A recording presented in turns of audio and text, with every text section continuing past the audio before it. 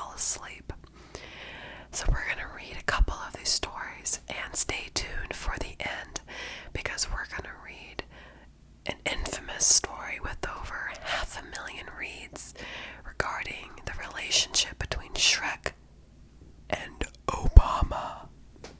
So let's begin with the boring story number 1. The day I found a turtle.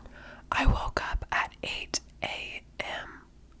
I got out of bed. I am hungry. My stomach began rumbling. I should go get something to eat. I walked downstairs. I saw my mom.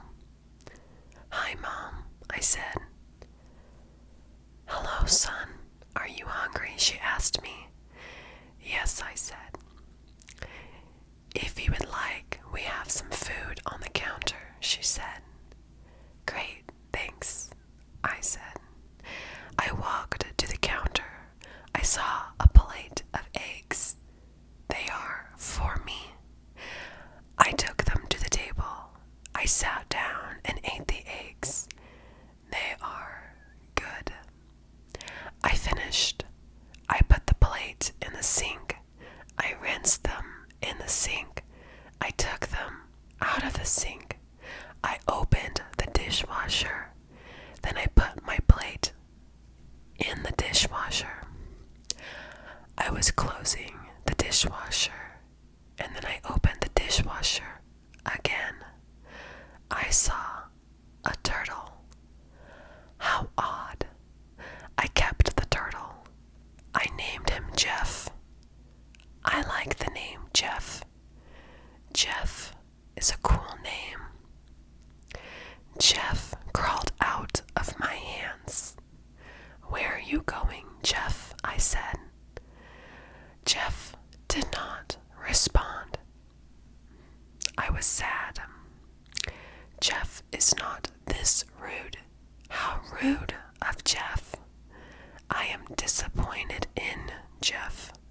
Terrible Jeff. Jeff walked to the blender.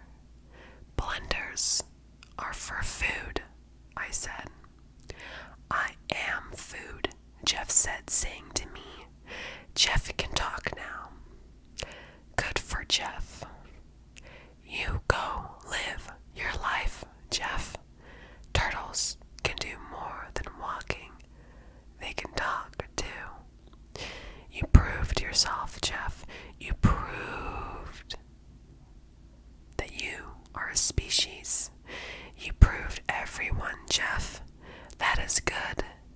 Live your dreams, Jeff. Live your dreams.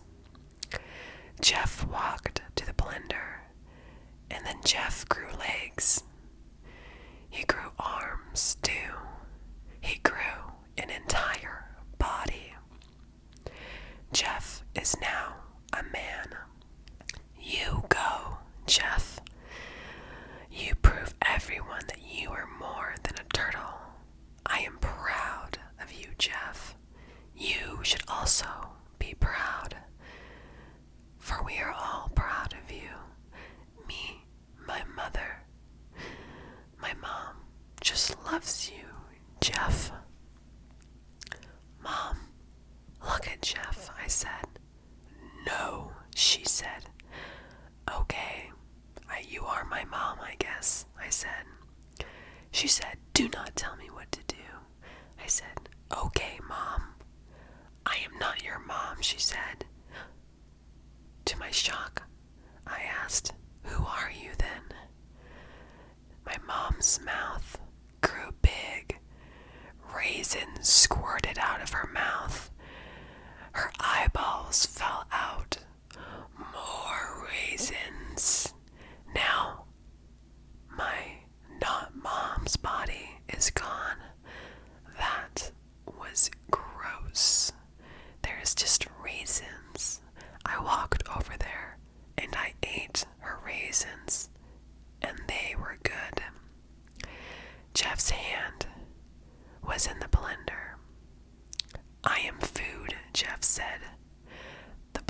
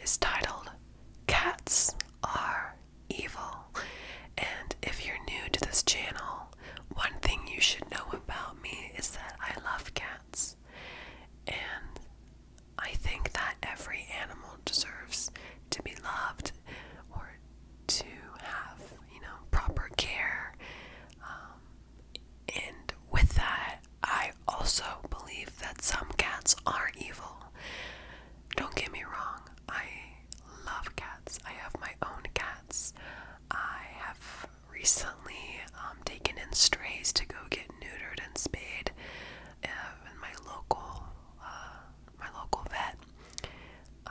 But some cats are evil, and we choose to love them anyways.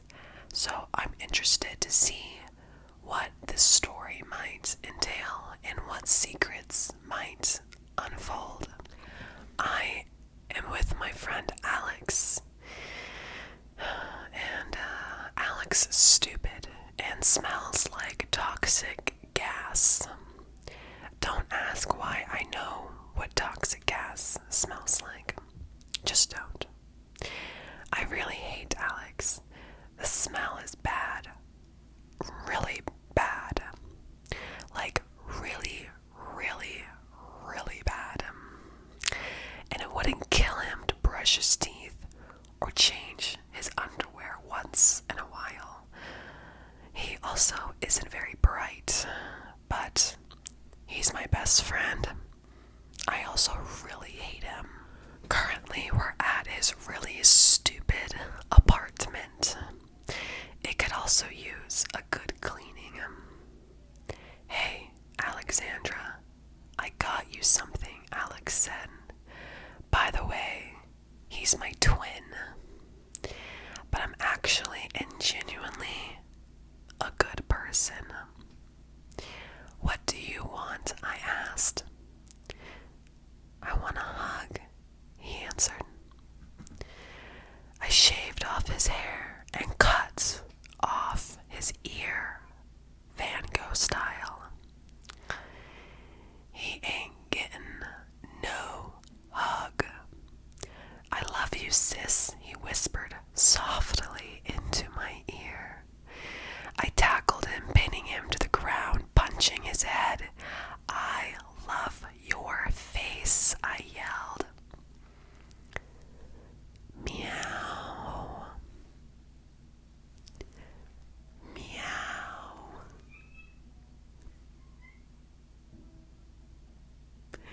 Meow. Side note, you might have just heard my own cat meow behind the door.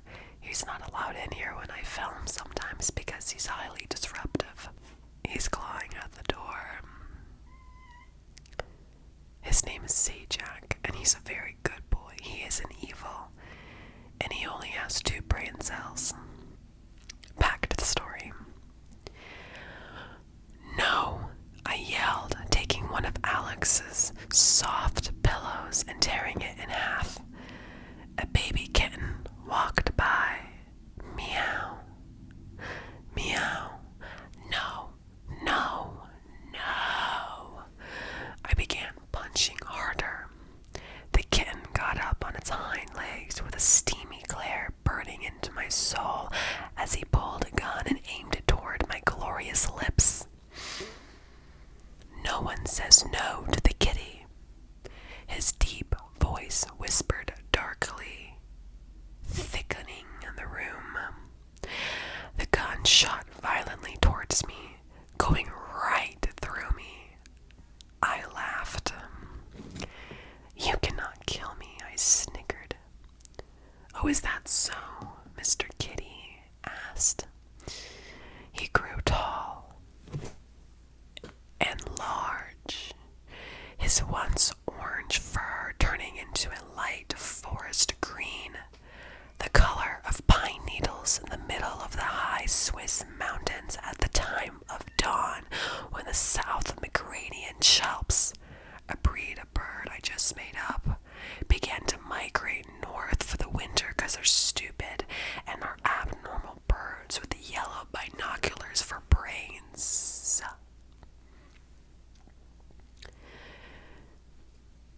His claws grew, clenching into fists while his other paw picked me up and squeezed me until my guts have regurgitated out of my mouth. I am still alive is all I could say until I saw teeth-sized buildings and a tongue that could have been mistaken for a whale chomp down on me. I woke up, this time in a body of a scorpion. I am new. I am different. A whole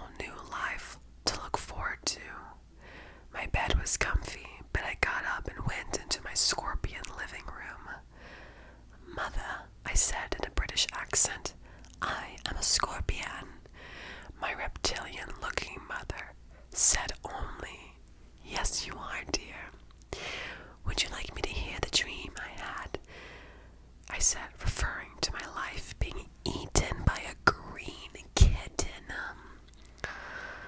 No, dear, you were only born yesterday, dear. Please, Mummy. She hissed at me, her hair sticking up in different directions, squirming, her once British accent turning cold and mysterious. No, dear.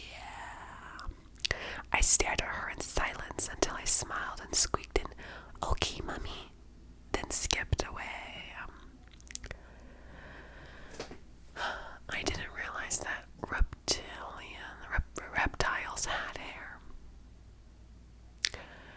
I am astonished by the derivative nature of the story. It is eye-opening, it's a twist, it's shocking, and it kept me on my toes the whole time.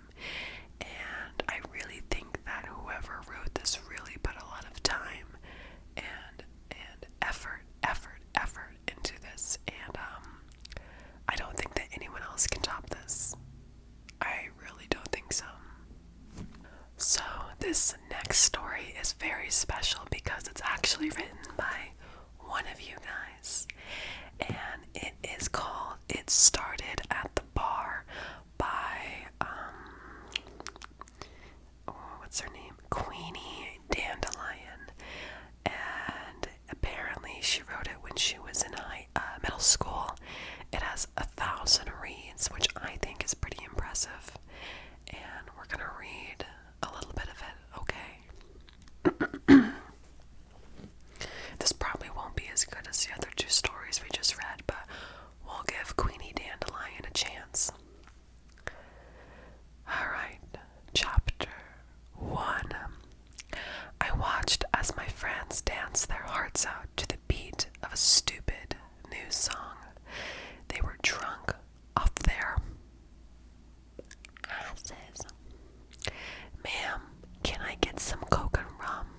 The man to my left asked. I instantly recognized him as one of my regulars.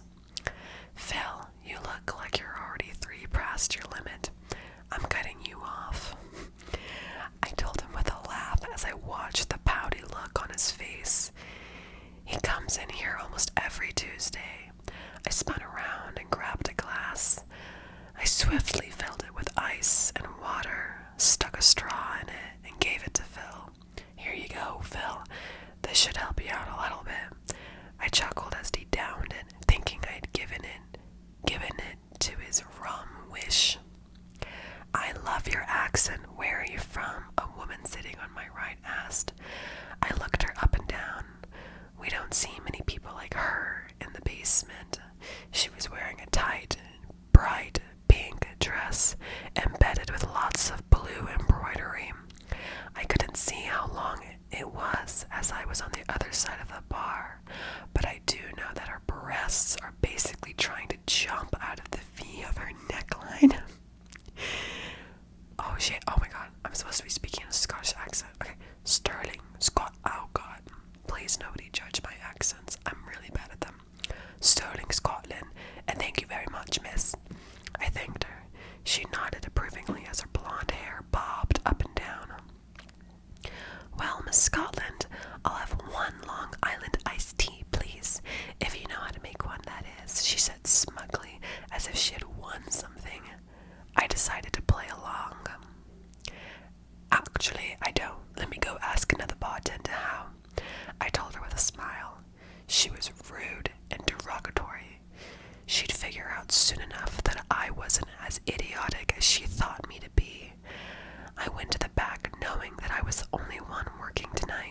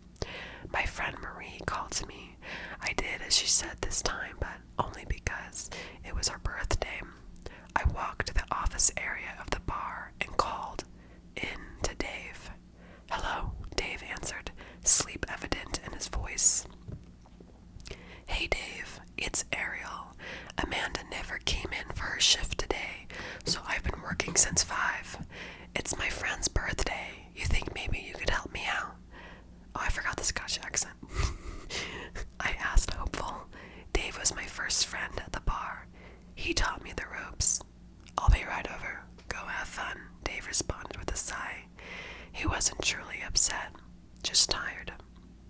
He and I had been covering Amanda's shifts for the whole week now, and it's taken a toll on both of us. She's the biggest slacker I've ever known.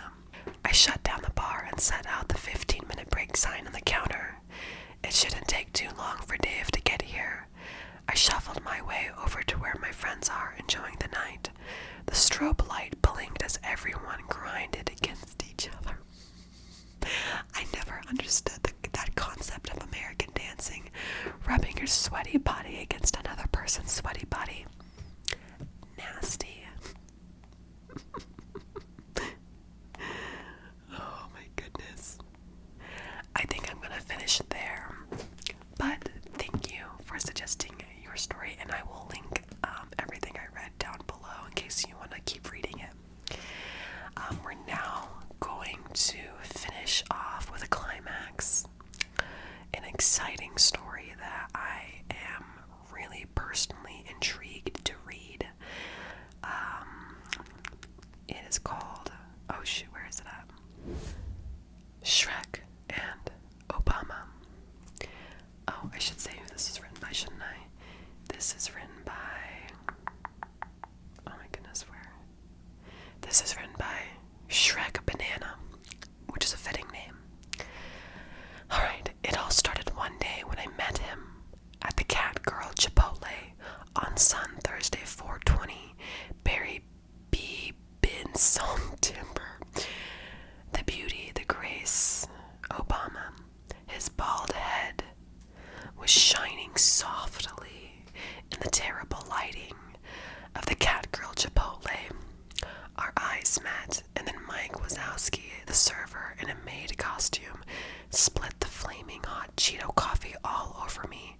I was rushed to the hospital with 69-degree burns. Okay. I watched through tears as the beautiful ogre was taken to the hospital room. Even though we just met, I knew I was destined to be with him. I called my friend Bill Nye, the science guy, on my phone, 13D657624.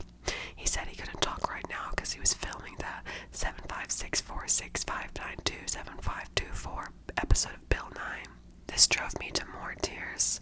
After 2 hours, I got in my Uber with Phil Swift and went home to my Lizard's Visco girl. The wedding. On 23 December, Obama and Shrek got married. The man who marries people was Mr. Clean. Do you take this ogre to be your lawfully wedded ogre? He asked. Then Obama replied, I do. And with that, they were married. They walked down the aisle together, and Dr. Phil threw rice with Paul Blart the mall cop, and Dr. Phil yelled at them, take them to the ranch, and got in the car with a just married sign with glass bottles dragging behind them. They all broke within 2 minutes, by the way, and decided to go tour Pakistan, Iran, and Iraq for a honeymoon. Okay, the honeymoon. After the wedding, they went on their honeymoon, a tour around the Glenbrook cheese factory because it had a special deal, and Shrek could get free cheese there. And they had a motel with free cheese samples for $1.99 a night. Shrek and Obama had a lovely time at the Glenbrook cheese factory. 10 years later, after 10 years of being happily married, Shrek and Obama went through a tragedy. They both lost their jobs, so they became pirates in Morocco. Then they met like Wazowski, who was still in a maid outfit. Then they found Moto Moto Island and found the legend himself, Moto Moto. Shrek asked Moto Moto, what are your wisdoms? And Moto Moto replied, I like 'em big. He was so wise.